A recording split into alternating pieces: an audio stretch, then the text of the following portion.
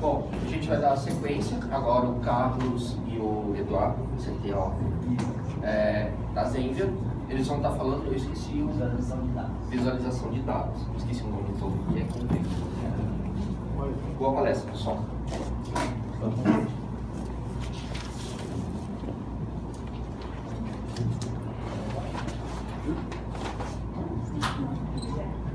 Pessoal, boa tarde. Eu e o Carlos vão falar para vocês um pouco do trabalho que a gente faz na Zenvia com visualização de dados de fluxos conversacionais, ou de chatbots. A Zenvia é uma empresa que tem 15 anos no mercado e ela trabalha com mensageria. Então, nós somos um broker. A gente envia SMS do tipo de negócio chamado business to customer. Então, empresas do varejo, bancos, empresas de TV a cabo, enviam milhões de SMS pela Zenvia. Para vocês terem uma ideia, dias especiais como Black Friday, a gente envia quase 50 milhões de SMS em um dia. Se vocês extrapolarem isso por um ano, são bilhões de SMS que a Zenvia envia. E a gente vem dentro desse contexto. Eu trabalho com BI fazem 10 anos e faz 2 anos que fiz uma transição de carreira para o time de Analytics. Observando a maturidade do mercado de SMS, né, e a necessidade dos clientes terem o feedback dos seus clientes, e olhando o potencial que tem o chatbot, a Zenvia em 2015 começou a planejar um posicionamento da sua estratégia. Então, a gente mudou de SMS, que é unidirecional, para conversa. Mas o que tem de diferente nas conversas dos chatbots da Zenvia? O que a gente está se propondo fazer que é diferente e que torna tão difícil, que nos trouxe aqui para mostrar esse trabalho para vocês relativo à visualização de dados? Os chatbots, normalmente eles são projetos, eles atendem um domínio específico. Então, o chatbot para o domínio financeiro, o chatbot para a empresa de seguro, para o varejo, para o e-commerce, por exemplo. Eu já sei que eu vou ter lá no meu relatório, eu vou ter que, o indicador que eu vou ter que provisionar e mostrar lá na frente é uma mandolina de carrinho. E no caso da Zenvia, a gente tem uma plataforma agnóstica, a gente não tem ligação nenhuma com a semântica do bot que o usuário ou que o cliente contratou e vai desenvolver. Então, a gente pode logar na ferramenta da Zenvia, criar uma conta e desenvolver um chatbot para atender um problema, sei lá, comprar leite na padaria da esquina. Em meia hora tu vai criar um chatbot que vai poder automatizar alguma coisa, ligar ele no Aston, tu vai usar o Luz, tu vai usar Q&A, pode ter vários recursos que tu cria de forma dinâmica, e a gente não tem domínio, a gente não tem conhecimento prévio daquilo que vai ser desenvolvido. E aí que está a grande complexidade. Essa é a plataforma, é a cara do Chatbot Designer, onde eu crio os meus chatbots. Uma vez, então, que a Zenvia implementou essa estratégia, a gente construiu a nossa plataforma, nós, o time de analytics, começamos a nos preparar para receber toda essa quantidade de dados, trabalhar com as informações, enfim, pensando nos relatórios, pensando na inteligência da plataforma.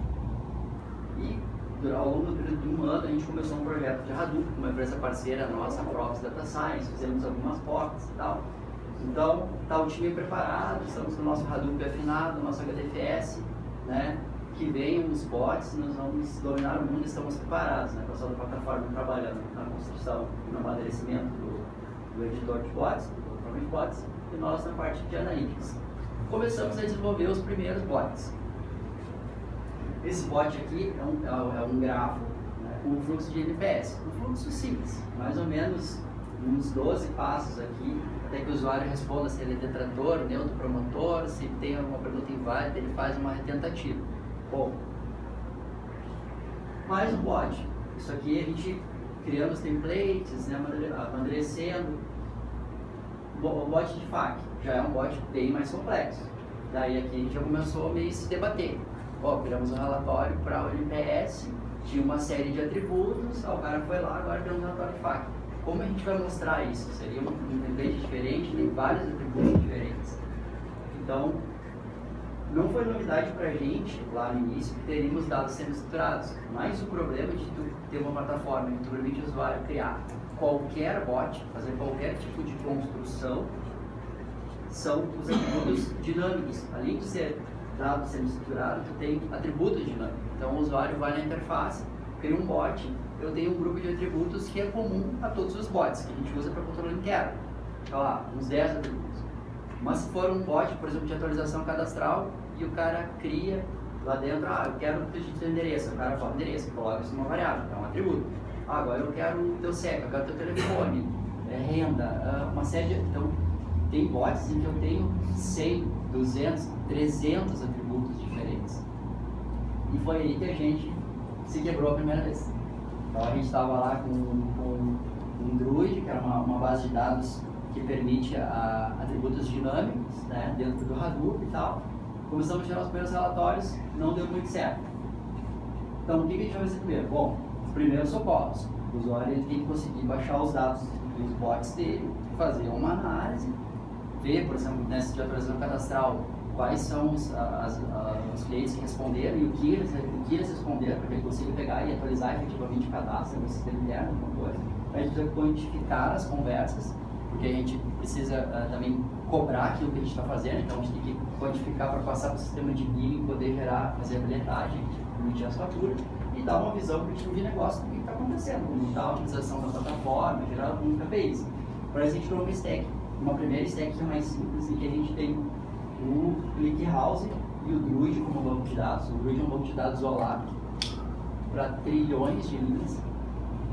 E o ClickHouse é um banco de dados de uma empresa russa chamada Yandex, que tem uma feature muito interessante. E como a gente tem um grupo de atributos que é variável, um JSON que é gigante, pode ter até JSON dentro de JSON, não sei quantos são técnicos, vamos entender isso, mas e tu consegue colocar esse JSON dentro de uma célula e ele indexa esse JSON como se fossem atributos. Então, para fazer APIs, para os usuários conseguirem baixar o dado bruto e fazer a análise, isso foi perfeito. E o Metabase em cima do Druid, sendo alimentado com Spark Stream, para a gente conseguir gerar os bilhetes e os analistas de negócio poder dar uma olhada no que está acontecendo. No segundo momento, uma vez que você foi estancado, a gente pensou, bom, tá, agora vamos revisar essa engenharia de dados, vamos ver o que a gente pode fazer para realmente mostrar uma visualização que agregue valor para o usuário. Mapear os atributos comuns, todos os bots, e tentar achar uma visualização que é aderente ao formato, ao fluxo de um chatbot. Um chatbot é muito difícil, porque é um fluxo que tem uma hierarquia, né? Independentemente da empresa ou da plataforma como tu construa, tu tem uma sequência de passos que tu executa. E muitas vezes o usuário pode voltar ao início e ficar naquela sequência um certo número de vezes, até que tu transborda ele para um outro sistema, ou tu inspira ele por um timer e manda ele para o final. Então, assim, é um fluxo hierarquizado, e visões tabulares não são muito... não melhoram muito o trabalho, não te ajudam a fazer uma análise de onde, por exemplo, tu está perdendo muito usuário, ou qual o ramo da minha árvore ou desse fluxo eu consigo ter mais usuários. Então a gente pensou em criar um motor analítico, e ele é dinâmico, porque como o usuário pode entrar na plataforma em qualquer momento e alterar o bot, cada alteração que ele faz, que ele publica, seria o equivalente a ter um relatório diferente, porque eu tenho atributos diferentes ali. Então a gente, usando o Mongo, a gente vai na base transacional, pega esse metamodelo, essa definição do bot, e cria um grafo. Depois a gente itera por esse grafo e vai na base que tem os resultados. Isso é um modelo interessante, porque a gente pensa em relatórios, em informação, a gente olha os dados depois que eles aconteceram, né? Tipo, os usuários percorrem os fluxos, né? Interagem com o bot e isso vai para uma base. Então eu olho o resultado. Só que se eu tenho um fluxo que tem muitos caminhos e algum caminho porventura não foi atingido, ele não aparece no resultado, porque ele não aconteceu. Então, muitas vezes, os nossos relatórios da maneira como a gente fez, eles estavam mascarando, porque tinha coisas, a falta de não nos permitir enxergar aquilo que talvez eu quisesse ter atingido, né? Poderia ter, de uma outra forma, melhorado isso. A partir do grafo, a gente percorre todo o gráfico e aí vai nessa base de resultados e vai mostrando qual a distribuição dos usuários ao longo do meu bot. Isso aqui são os usuários interagindo com o bot, voltando, caminhos são repetidos, eles são replicados na árvore, e a gente consegue ter uma visão clara aonde eu estou perdendo gente, ou então fluxos que nunca são atingidos. A gente tem bots assim, gigantescos, com cerca de 200, 300 steps, com 10 níveis, e que tem níveis que assim, simplesmente nunca os usuários não passam nem perto. E isso, tu olhando num relatório tabular ou um outro tipo de visualização, é muito difícil de conseguir enxergar. Isso aqui é muito mais natural, que tu consiga ver as informações do tipo de relatório como esse. Só que em contrapartida, esses fluxos muito grandes, quando eu tenho muitos steps, acaba ficando poluído. Esse aqui, pessoal, o Amarante vai detalhar depois, mais pra frente, né? Esse é bastante assim, pesquisa. Mas para a gente conseguir ter alguma entrega assim, já de valor desse trabalho que a gente está fazendo, um trabalho que já vem ao longo de 4 meses, a gente usou essa visualização do Sankey, que a gente faz com um plot, que ele assim, cada aresta dessas é um número de usuários que percorreram esse caminho. Então visualmente eu bato o olho, eu já sei qual caminho está sendo mais percorrido. O outro eu consigo ver caminhos que não tem ninguém que atinge. E esse aqui, então, quando eu estou interessado em ver o resultado do que deu certo, onde as pessoas passaram, eu olho essa visualização, ela me ajuda bastante. Essa aqui é uma que já está em produção, já está disponível como Toggle Feature na nossa plataforma para alguns usuários. E essa a gente ainda está apurando. Bom, considerações dessa primeira parte, assim, não sair fazendo POC de tudo, né? Tentar analisar melhor assim, os teus cenários e tentar ali, foi o que a gente fez no último análise, achar uma visualização mais adequada para cada tipo de problema. O Amarante agora vai falar como tirar proveito desse tipo de visualização e quais insights isso é possível tirar. Bom, pessoal, eu atuo na Zenvia como analista de negócios, então a gente vem aprendendo ainda esse universo, a gente tem a humildade de reconhecer que sim, é um aprendizado que a gente está tendo assim, como no mercado, né, nesse novo cenário conversacional. Então, eu trago aqui para vocês alguns cases, porque assim, muitas análises que a gente foi fazer, tabulares, assim, dificultaram muito a nossa vida e retardaram um pouco o time da entrega dos resultados até para os clientes. Então, essa visualização em árvore, elas nos favoreceu muito e assim, ó, agora a gente tem um pontapé inicial para começar a mudar o patamar, a começar a reconhecer outros padrões, e para isso eu vou mostrar assim 2 ou 3 cases aqui para vocês rapidamente, que nós tivemos ao longo desse período. Então, esse primeiro aqui é o case de um escritório jurídico, cujos problemas de negócio o direito ele tem muitas áreas de conhecimento, ele tem muitas especializações. Os leads chegavam para esse escritório por e-mail, por telefone, sem segmentação, tinha que ter uma interpretação do atendente que não era necessariamente um advogado, tá? E isso causava muita demora para entendimento e resposta a esses leads. Qual foi a solução adotada então por esse escritório com parceria da Zenvia? Tá? Um chatbot de atendimento no Facebook, porque esse escritório ele já tem uma certa relevância, um certo buzz nessa rede social.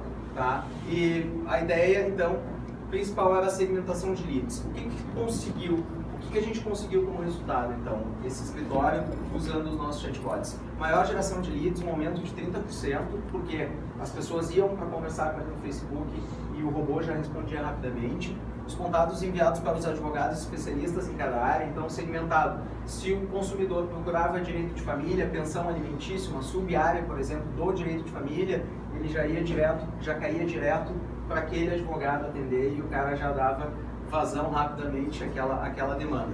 Tá? Então, os leads atendidos pelos advogados em menos tempo. Caiu de 6 dias até que eles fizessem a triagem para fazer análise para 1 dia. Então, fazia contato com o robô, conversava com o robô. No dia seguinte, o advogado já tinha condições de conseguir fazer o atendimento daquele cliente. Bom, essa é uma árvore, tá? Esse é o chatbot, aquele que o Brandes mostrou no início de um NPS. Esse é muito maior, então a imagem realmente não coube aqui. Eu até tenho as imagens, depois a gente pode disponibilizar a palestra com as imagens em alta resolução. Vocês vejam que ele é de uma amplitude enorme e uma profundidade também muito grande, porque são muitas áreas mesmo. Como é que a gente poderia oferecer esse tipo de visualização para o cliente no gráfico? Não tem como, ele não vai saber de qual aresta entra em qual nodo do gráfico. Então a gente fez essa análise gráfica, na verdade, a estruturação, a conversão daquele chatbot, daquele modelo de chatbot para um gráfico e a transposição para uma árvore, de forma que o cliente pudesse enxergar dentro desses diferentes níveis da árvore qual era a aderência ou o engajamento do consumidor em cada uma das sub-áreas do direito. Tá? Então, com isso, a gente conseguiu mostrar para ele que, por exemplo, o direito tributário não precisava ser uma opção do escritório dele, porque ele não tinha demanda sobre o direito tributário. Então, ele simplificou essa etapa da conversa, tirando essa área do direito dali. Um outro caso, então, de atendimento lá da Zenvia. Tá? Nós recebíamos, o problema era muita demanda repetitiva, o usuário querendo recuperar a senha, como é que ele fazia para fazer, o que ele tinha que fazer para conseguir enviar um arquivo em um determinado tipo de layout, o processo ele era por e-mail, chamado, os assuntos não eram muito bem categorizados. E qual foi a solução? A gente implantou então um chatbot de atendimento no nosso site e na nossa plataforma de SMS. Para quê? Para automatizar os processos receptivos, por exemplo, geração de boletos. Tá? Segmentação e transferência para áreas específicas também. Se muita gente nos mandava e-mail à procura de vagas, então a gente colocou no robô uma opção para o nosso candidato buscar a vaga que ele desejava e que estava no nosso banco. Resultados disso, então, redução de intervenção humana, 95% dos boletos gerados pelo chatbot, dos 100% que eram gerados pelo humano, 95% passaram a ser gerados pelo chatbot, e isso gerou assim, muito mais agilidade no atendimento aos clientes. Eles começaram a ficar satisfeitos com a interação. Outro detalhe a gente tem clientes que eles deixam um ticket médio muito baixo conosco, então o processo de atendimento humano ele era muito oneroso para nós, não compensava. Então, com isso a gente consegue oferecer preços mais competitivos no mercado e fazer com que os nossos clientes sejam corretamente atendidos. Então, esse também é um chatbot, tá? Vocês não conseguem ver, obviamente, vocês não podem ver. Imagina que tem um chatbot. Cara, isso aqui deve ter assim, ó, sei lá, acho que uns 30 níveis de profundidade. O gráfico ele está um pouco melhor, tá? Porque ele tem muita repetição entre ele, então por isso que ele fica tão denso. Então, o modelo chatbot, ele faz todas as ligações, E tem NLP, tem SMS, que tu envia para o usuário, tem resposta. Então, cada caixinha, isso aqui é uma funcionalidade. Ele interliga e isso aqui é um modelo, né, a representação daquilo que constrói no editor. Bom, esse gráfico transposto então para uma árvore, fica esse cenário, fica de melhor visualização ainda, fica grande. Lembrando que essa não é a visualização que a gente entrega para o cliente. Nós temos uma equipe de Customer Success que faz análise em cima disso, mas uma análise já visual, com muito mais agilidade, muito mais rapidez, justamente para otimizar e melhorar a performance do chatbot. Esse é um de pesquisa, é um menorzinho, é um que a gente quer rodar com vocês agora. A gente criou um chatbot para fazer uma pesquisa de satisfação com vocês quanto à nossa palestra. Eu vou escrever o URL ali no quadro para vocês acessarem depois. E, na verdade, ele também gera um gráfico bem mais simples. Né? Esse a gente já consegue ter uma ideia. E a árvore que ele gera é uma árvore dessas, com esse estilo. Então, todos aqueles ramos que a gente podia ver lá no Chatbot Designer, aqui a gente consegue enxergá-los desmembrados. Então, ele está com essa cor assim, meio cinza, meio opaca, porque nesse momento da existência dele não tinha sido gerada nenhuma interação ainda. À medida que as interações vão sendo geradas, a gente vai entendendo aqui os contadores, os nodos a gente vai pintando de verde e a gente vai incrementando os contadores das arestas para indicar quais steps foram visitados e quais ainda não foram, e aqueles que têm uma baixa audiência, um baixo engajamento. Então a gente faz uma análise um pouco mais semântica para ver, é a fraseologia, é o que você está perguntando, será que o consumidor está entendendo o que está acontecendo? Quais são os benefícios disso então para a Zenvia, tá? Essa visualização gráfica dos caminhamentos possíveis, ela nos traz dois cenários. Aqueles caminhos realizados pelos consumidores e aqueles não realizados, tá? O apoio gráfico para a tomada de decisão é muito importante, assim, dá muita velocidade. A gente consegue bater o olho e ver, putz, esse step aqui não está legal. O que a gente pode fazer para ele melhorar? E depois a gente, com o snapshot anterior e posterior, a gente consegue ver que tipo de melhoria a gente conseguiu causar. E esse processo contínua de melhoria dos fluxos conversacionais. Quais são os nossos próximos passos, então? Trabalhar em mais atributos, por exemplo, números relativos, percentual de base 100 para cada nodo.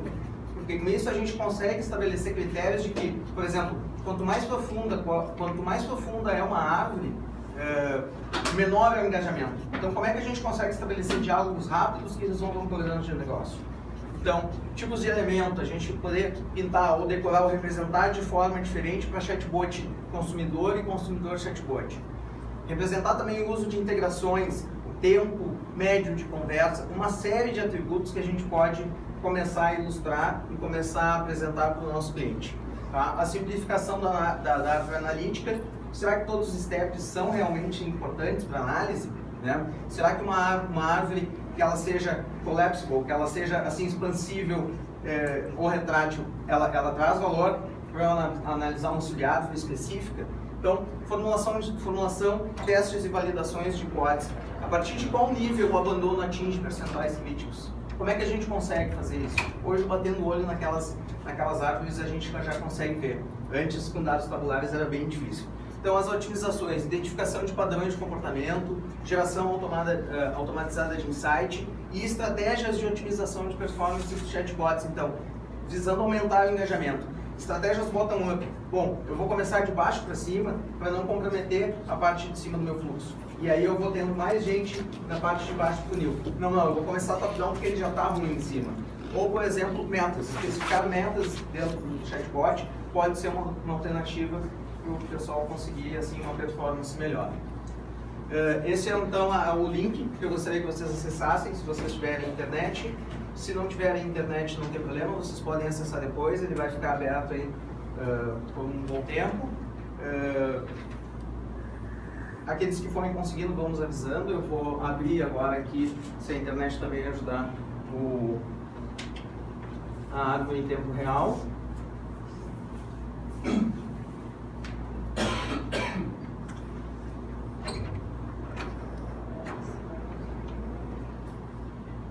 Tirou a URL lá. Ah, tirei a URL. Que burro. labs.zenvia.com/TDC. Olá, sou o Bob. labs.zenvia.com. Como? Olá, sou o Bob. Isso, esse mesmo.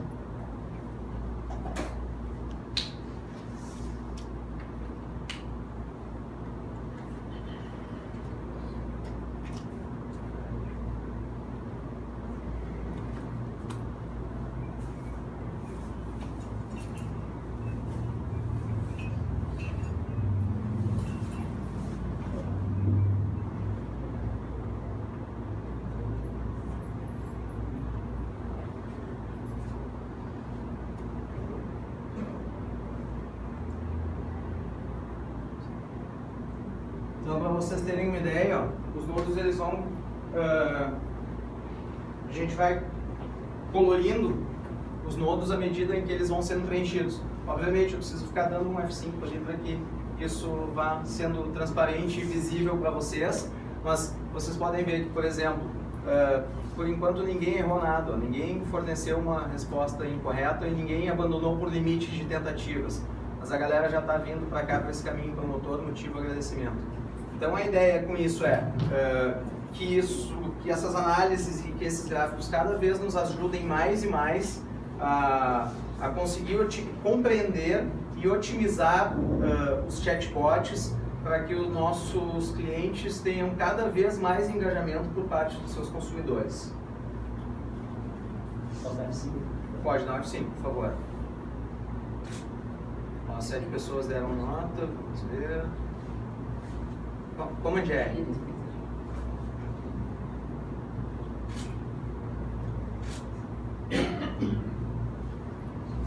Command R.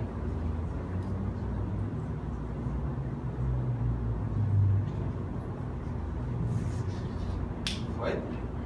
Enter. Aí. Ó, vocês vejam que a quantidade de pessoas que deram nota já foi aumentando. Teve gente que já respondeu nota incorreta. Eu notei nota inválida.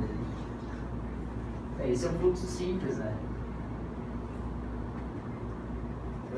Então, o bot está com vocês.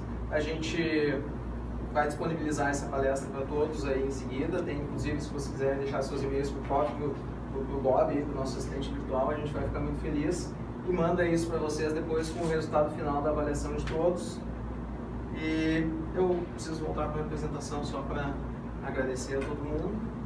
E a gente está aberto a dúvidas aí, perguntas e sugestões.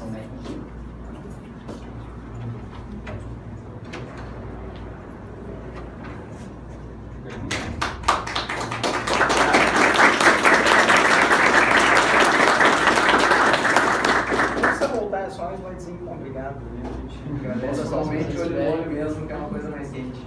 A infraestrutura de nossa é próprio. A gente está estudando a Amazon agora, alguma coisa, mas isso é próprio. Tem inverte quando os ganhos fazem muito, tá? Não sei te dizer.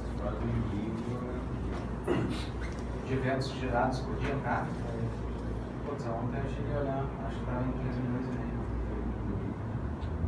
É pouco assim, a gente está acostumado com muito volume de dados em razão do SMS, né, dos serviços de base que já não fazem mais parte da nossa operação, porque a gente acabou vendendo isso, mas a gente tem, assim, tem muitos dados transacionais durante o dia. Assim. Então, obviamente que esses eventos gerados pelo chatbot, eles proporcionam um crescimento quase exponencial em relação ao SMS. Mas igual, a gente vem se preparando e a gente vem escalando cada vez mais. E de fato, sim, alguns processos a gente talvez seja necessário que a gente coloque na Amazon, mas a gente, por enquanto, a gente está mantendo as coisas em casa. Eu acho que tem um antes lá. Para quem não é tão técnico, assim, como é que a gente pode começar a estudar um pouco sobre Big Data? Cara. Assim, eu sou um cara do BI, eu estou fazendo transição de carreira, eu tenho 10 anos no Tableau, no Pentaho, fiz a minha transição faz uns 2 anos. O Big Data, assim, ele é muito extenso, assim, tem muita coisa. Acho que o primeiro passo é ver se tu quer ir mais para infra do que data ou para a parte de análise, porque no início, assim, não é uma coisa que tu vai ser full stack. Tu não vai conseguir utilizar o ambiente, rodar o teu machine learning, rodar os teus algoritmos, fazer as tuas análises e cuidar do ambiente. Então, assim, tem que definir que ponta tu vai ficar. Eu tinha essa dúvida, antes eu não sabia muito bem onde eu ia mexer. E aí, pegar uma linguagem que seja bacana de trabalhar com dados. Eu aprendi Python lá na Zenvia faz 6 meses, agora estou voando, assim, então é uma coisa assim que te ajuda dentro desse ambiente a trabalhar, a conseguir caminhar, a conseguir fazer, porque eu tenho dificuldade de me interessar por uma coisa que eu não vejo valor, assim, já. Então, o Python me ajudou, dentro do Big Data, a conseguir trabalhar e entregar algum valor. E aí isso aumentou o meu interesse e eu fui começando a ver outras coisas de forma gradual, assim. O meu caminho foi meio por aí. Acho que é legal, assim, tem perfis específicos, assim. Perfis mais de ambiente, mais de infraestrutura, perfis mais de código, perfis mais de análise, assim. Eu acho que são profissões complementares que com elas tu consegue engatilhar isso. Tem várias carreiras dentro do Big Data, então, assim, tem muita oportunidade. Não, minha pergunta é bem genérica, assim, eu tenho visto o modismo do chatbot, todo mundo utilizando isso. Mas em relação a uma busca bem qualificada, uma busca semântica, qual é a vantagem de usar o chatbot? Sim, os desafios eu acho que a Débora colocou muito bem, né? Em relação à língua, em relação ao idioma e de fato acontece. É difícil, o treinamento é difícil, a língua portuguesa é uma língua compensa, quer dizer, se compensa todo esse investimento? Compensa, porque assim, um chatbot não necessariamente ele tem que ser composto como inteligência artificial, com o uso de NLP e Machine Learning. Né? Pode criar chatbots eficientes que resolvam problemas de negócios que não sejam tão complexos, mas que sejam bem repetitivos, com um chatbot baseado apenas em regras, em keywords, em comandos. Então, consegue fazer isso muito bem. Não precisa começar complexo utilizando NLP. Por exemplo, obviamente, tem casos de uso, tem casos e problemas de negócio que demandam, sim, uma complexidade maior. Mas muitas daquelas atividades repetitivas que desoneram uma pessoa de executá-las, elas podem ser realizadas por meio de um chatbot baseado em regras, por exemplo. Eu tenho visto assim que o pessoal tem achado que a solução é o chatbot. Para sites mal feitos, sem uma busca qualificada, isso preocupa, né? Sim, preocupa sim, mas de fato, o treinamento da base, a qualificação da base, também vai muito de quem tem a iniciativa de criar, porque a Débora até comentou isso, é muito crescente, bases específicas. A gente não conhece o negócio do cliente, quem conhece é o próprio cliente. Então ele é que tem autoridade para poder treinar e para poder saber quais são as palavras, quais são as derivações que vão dar sentido à evolução do chatbot dele. Normalmente o chatbot ele tem muito sucesso quando ele vem para automatizar uma tarefa em que o usuário ele fica frustrado, por exemplo, em preencher um formulário gigantesco. Então, se você minimiza aquele problema para ele, transforma aquilo num bate-papo mais tranquilo, você está tirando toda aquela restrição e aquele má impressão que, por exemplo, dá de preencher um formulário gigantesco. Também tem uma outra abordagem, casos de por negócio exemplo. vale a pena. Também, muito bem complementado, né? Mas também, por exemplo, imagina a frustração de uma pessoa que entra no Facebook e vai conversar com uma marca. E aí espera ser atendida pela marca e demora semanas até que o marketing veja aquilo, a agência veja e, putz, agora eu vou te responder, mas já passou, entendeu? O time hoje acho que o principal valor que a gente tem é tempo. Então, essa questão de agilidade também é muito importante. E um primeiro contato com o usuário que seja padronizado faz muita diferença entre eu trabalhei com uma empresa que uma pessoa atendia as demandas que vinham por Facebook, assim, olá, tudo bem, o horário do ônibus que vai passar agora é tal, a linha tal, e tinha outro que falava assim, qual é o horário? É tal. Aí a pessoa, não pode ser, né? Deve ser. Então, assim, as pessoas elas se familiarizam com um tipo de atendimento. E aí, por exemplo, quando você deixa para humanos fazer, cada um vai fazer do seu jeito, né? Uns mais educados, uns prolixos, outros diretão e seco.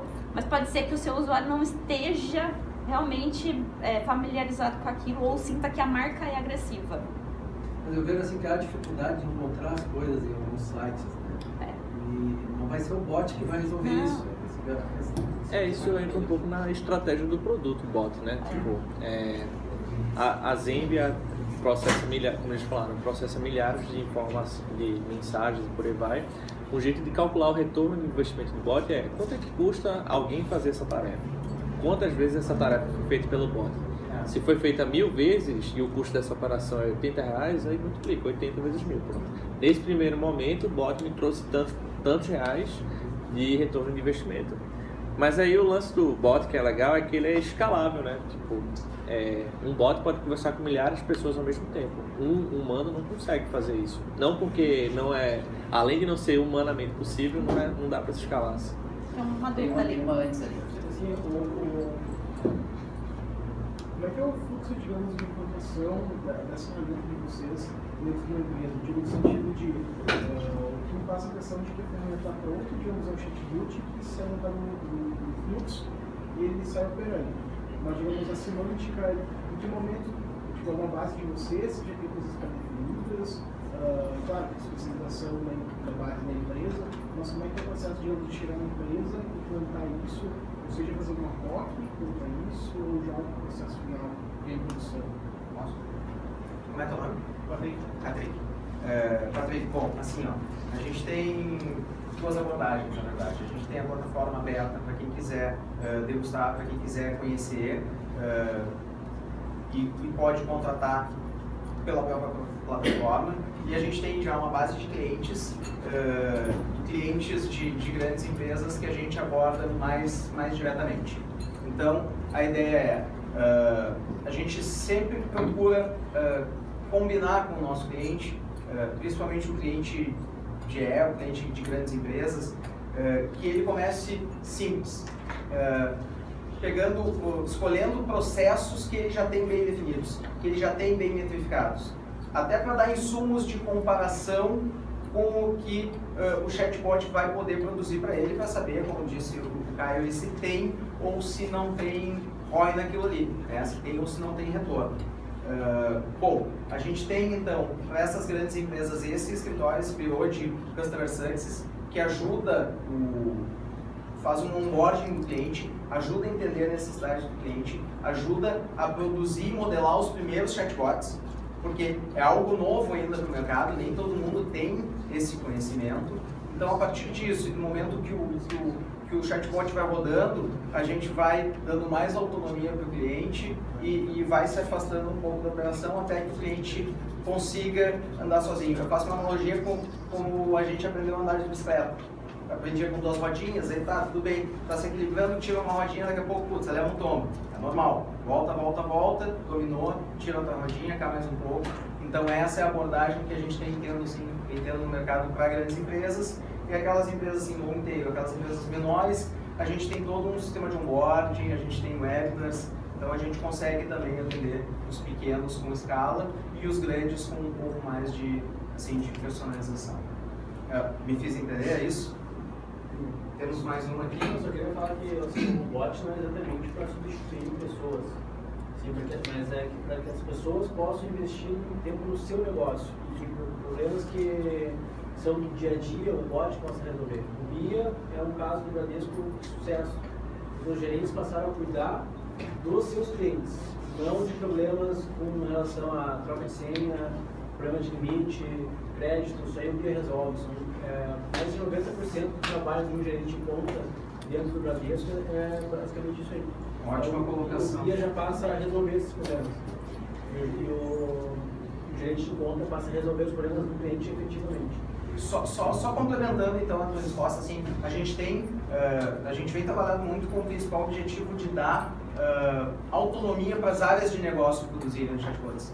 Então a gente entra com essa camada de serviços de onboarding para que pessoas não técnicas consigam modelar e se beneficiar dessa tecnologia e desses fluxos conversacionais. A gente precisa correr para a Stadium lá, pessoal. A próxima palestra é do Mate lá, uma palestra em inglês do Google, vai ser legal. Agradeço muito os guris aí pelo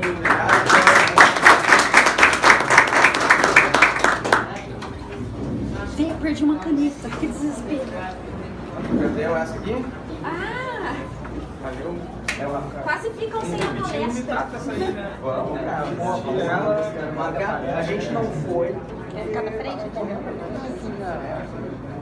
Vamos pegar bem.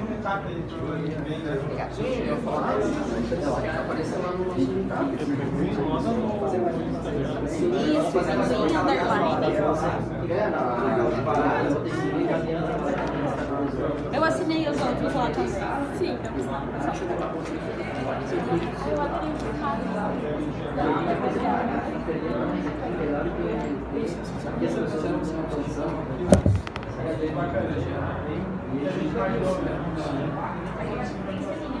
A gente sabe que tem uma coisa parecida no ChatSpace que tem na dashboard tem também. A gente usou D3. E no dashboard tem também, por exemplo. Só que os caras só te mostram no Rasa.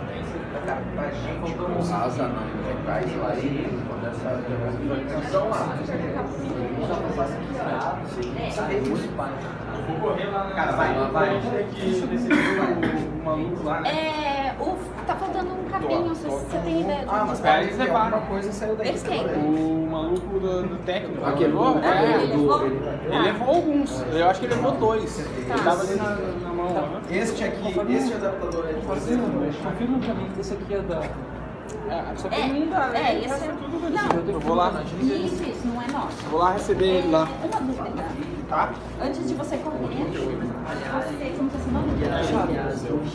Charles. Eu ganhei uma mochila, só que eu não uso, eu já tenho. Você gostaria de ter uma mochila? Sério? Deu? Não tem problema. Não, eu não vou levar, eu vou do sul americana. A próxima a gente pede 50 minutos. Não, dá pra ele, né? Já tá se esforçando. Tô marcando